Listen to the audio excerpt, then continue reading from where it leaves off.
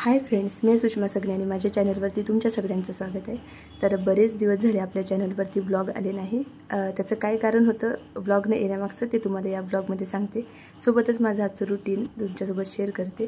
तर चला, सकाळचे 9 वाजले होते। माझ्या रूटीनला सुरुवात तर सकाळी झाली होती, पण जे 9 वाजतापासून सुरू झालेलं रूटीन तेच तुमच्यासोबत शेअर करते दुपारचे 3 वाजेपर्यंतचं। चला, तर सकाळचे 9 वाजले होते। शिवांश वगैरे स्कूलमध्ये गेला होता, मिस्टर पण गेले होते। तर मग सकाळी नाश्ता केला होता, फोडणीच्या शेवया। शिवांशला पण टिफिनवरती फोडणीच्या शेवयाच दिल्या होत्या, कारण ते त्याला आवडतात म्हणून। तर मग थोड्या जास्त केल्या होत्या, तर म्हटलं चला अद्विकला पण त्याच होतात। आणि मग थोड्या जास्त होत्या, तर मग म्हटलं आता तेवढ्या तर तो खाणार नाही, म्हणून मग दोघं जण मिळून आम्ही खायला बसलो। अद्विकला घेऊन इथे मी नाश्ता करायला बसले। सोबत TV लावून दिले, गाणे लावून दिले TV वरती, आणि मग आता मस्त एन्जॉय करत करत नाश्ता करत आहो दोघे मायलेक। तर बरेच दिवस झाले आपल्या चॅनलवरती ब्लॉग नाही आला। त्याच्या मागचं कारण तुम्हाला सांगते बघा।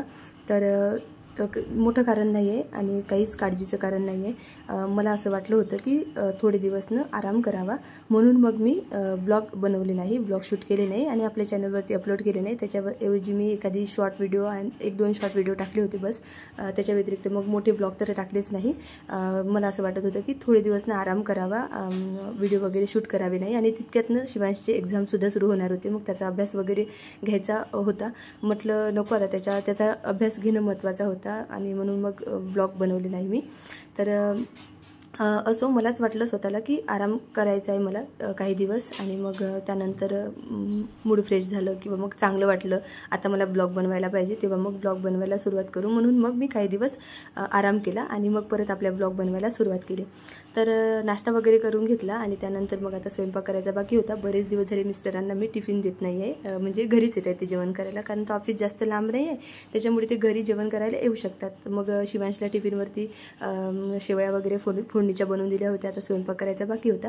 नाश्ता केल्यानंतर मग स्वयंपाकाला सरळ सुरुवात केली होती, कारण तर बाकीचे कामं जे होते सकाळचे ते मी आवरून घेतले होते। फक्त आता स्वयंपाक करायचा बाकी होता आणि याच्यानंतरचे पुढचे कामं बाकी होते। तर आत्ताच्या स्वयंपाकामध्ये वरण भात भाजी चपाती असा स्वयंपाक करणार होते। तर वरण भाताचं कुकर लावून दिलं होतं आणि भाजीची तयारी करत आहे।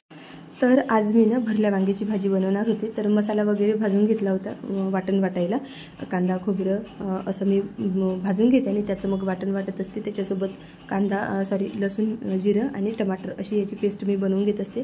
आणि वांगे वगैरे चांगले कट करून घेतले। वांग्यांची देठं असतात ना, त्याला काटे असतात, मग ते काटे काढून किडे वगैरे बघून मग ते वांगे चांगले नीट कट करून घेतले आणि त्यानंतर मसाला इथे वाटून घेतला आणि त्यानंतर भाजी फोडणी द्यायला घेतली। तर कढईमध्ये तेल टाकलं आणि मसाला तर मी वाटून घेतला होता। तर वाटण तुम्हाला सांगितलंच, कांदा खोबरं भाजलेलं आणि त्याच्यानंतर मग टमाटर लसूण जिरं याची पेस्ट मी तयार करून घेतली होती। तेल गरम झालं होतं तर त्यात मसाला टाकून दिला आणि थोडा वेळ चांगला परतून घेतला। त्याच्यानंतर त्याच्यात तिखट मीठ हळद आणि जे काही आपले डेली मसाले आहेत ना, आपण भाज्यांमध्ये वापरतो, गरम मसाला म्हणा किचन किंग मसाला, हे सगळं टाकून दिलं आणि चांगलं परतून घेतलं।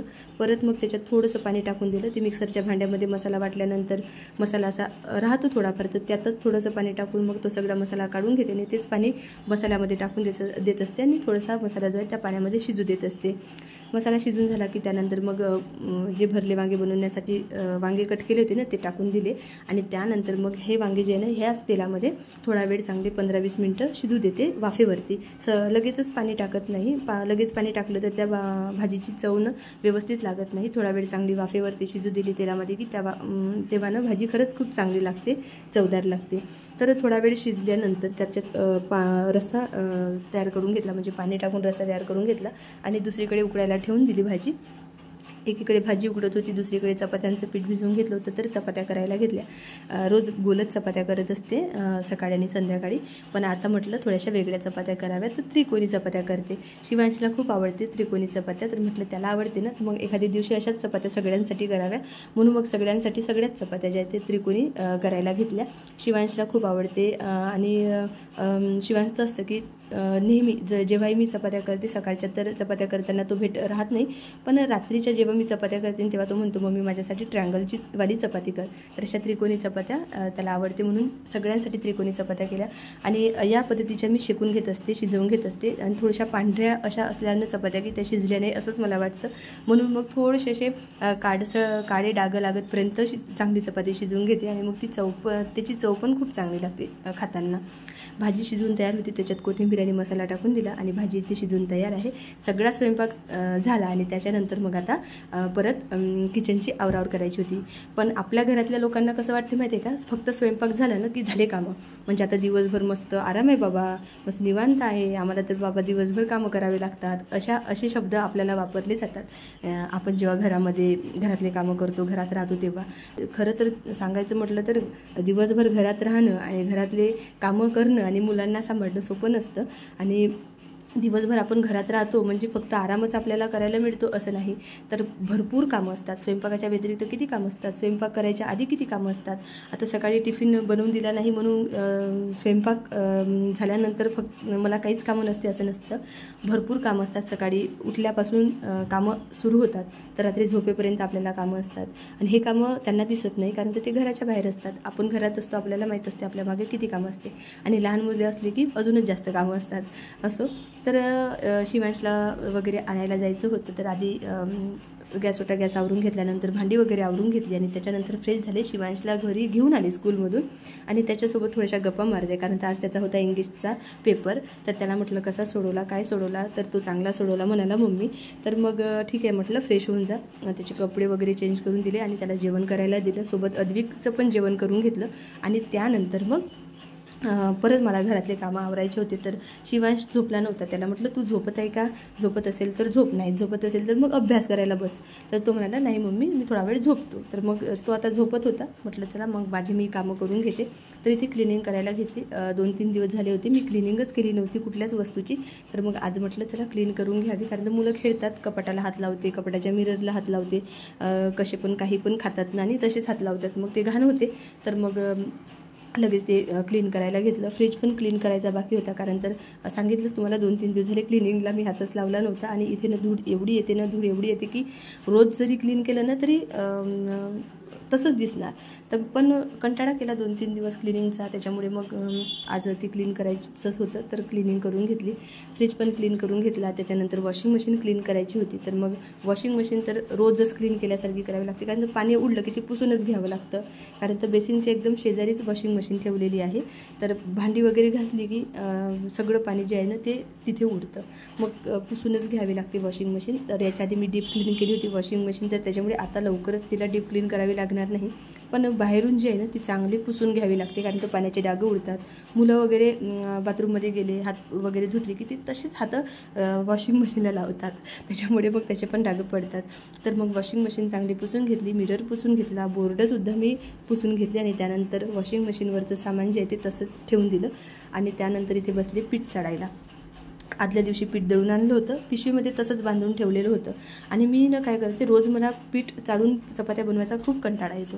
मग मी काय करते, एकाच दिवशी सगळं पीठ चाळून घेत असते आणि मग रोज चाळण्याची म्हणजे हे राहत नाही, गरज राहत नाही म्हणून.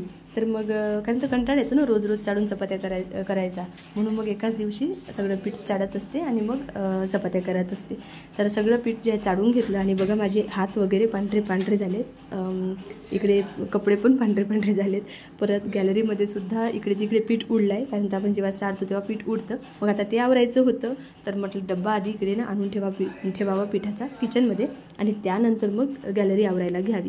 तर मग गॅलरी इकडे झाडून घेत आहे, त्याच्यानंतर पुसून पण घेतली गॅलरी आणि त्यानंतर मग माझे कपडे वगैरे चांगले झटकून घेतले आणि त्यानंतर परत कामं आहे ते आवरायला घेतले. तर पिठाचं जे काम असतं ना ते खरंच खूप असतं. रोजही आपण जर पीठ चाळून चपात्या करतो म्हटलं तरी ते किचनमध्ये उडतंच, म्हणून म्हटलं गॅलरीत घ्यावं आणि मग तिकडेच पीठ चाळून घ्यावं. तर पीठ चाळून झाल्यानंतर बघा इथे मी आता कपाटातले काही कपडे जे होते ना ते अस्तव्यस्त ठेवलेले ते आवरत आहे. काही दिवसांपासून मी कपाट आवरलंच नाही आणि जे काही कपडे मी वापरले होते ना ते अस्तव्यस्तच ठेवले होते. तर मग म्हटलं आता ते आवरून व्यवस्थित ठेवावे आपापल्या ठिकाणी. तर जीन्स इथे आहे, बऱ्यापैकी जीन्स आहे माझ्याकडे, तर मग जीन्स वगैरे चांगले आवरून घेतले. तर एका जीन्समध्ये मला आठवलं की मी बाहेर गेल्यानंतर त्यात पैसे ठेवले होते, तर मग आता चेक केले तर त्यात खरंच पैसे होते. हे बघा, तर जीन्समध्ये ना पैसे सापडले, मला शिवांशला दाखवले आणि लगेच मी माझ्या पर्समध्ये ठेवून दिले की माझे पैसे मला सापडले बाबा. तर मी माझ्या पर्समध्ये ठेवून दिले आणि परत मग जीन्सची घडी करून परत बाकीचे जेवढे काही जीन्स होते ना ते सगळे मग आपल्या ठिकाणी ठेवून दिले. आता काय झालं, कपाटामध्ये माझ्याच कपड्यांना जागा पुरत नाही, एवढे कपडे माझेच झाले. आणि कितीही म्हटलं ना आपण की आता शॉपिंग करायचं टाळायचं आहे, आता शॉपिंग करायचं टाळायचं आहे. पण शॉपिंग करायचं टाळल्याच जात नाही, माहीत नाही. पण पैसे असो की नसो, खरंच शॉपिंग आपण करतोच, थोडीफार तरी करतो, थोडी ना थोडी आपण शॉपिंग करतच असतो.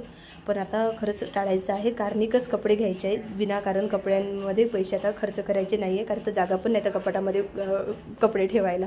असो, जीन्स आणि टॉप जे आहे ते घड्या करून ठेवून दिल्या. त्याच्यानंतर ही कुर्त्याच आहे ज्या मी घातल्या होत्या आणि मग त्या तशाच घड्या करून वरच्यावर ठेवल्या होत्या, म्हणजे आपापल्या ठिकाणी ठेवल्याच नव्हत्या. तर आता त्या पण घड्या करून व्यवस्थित आपापल्या ठिकाणी ठेवून दिल्या. आणि इथे मी माझं कपाटावरून घेतलं. कपाट आवरल्यानंतरनं बरं वाटतं, म्हणजे बघताना किंवा जेव्हाही आपण काही कपाटातून वस्तू काढतो तेव्हा ते बघताना पण चांगलं वाटतं. आणि आता आपलं कपाट नीटनेट काय बाबा म्हणून आपल्यालाही काही खंत राहत नाही मनामध्ये. तर कपाट वगैरे आवरून झाले. त्याच्यानंतर शिवांशला बसवलं अभ्यास करायला. आता त्याची एक्झाम चालू आहे, तर म्हटलं त्याला अभ्यास करायला बसवलं आणि इथे शिवांशचा अभ्यास घेतला. सकाळी 9 वाजतापासून मी माझं रुटीन सुरू केलं होतं, तुमच्यासोबत शेअर केलं. आणि दुपारचे 3 वाजले. इथे माझं रुटीन संपलेलं आहे. सगळे कामं पण आवरून झाले दुपारपर्यंतचे आणि शिवांशचा अभ्यास करायला बसले. चला तर हा व्हिडिओ मी इथे सेंड करते. भेटते पुढच्या व्हिडिओमध्ये. तोपर्यंत बाय.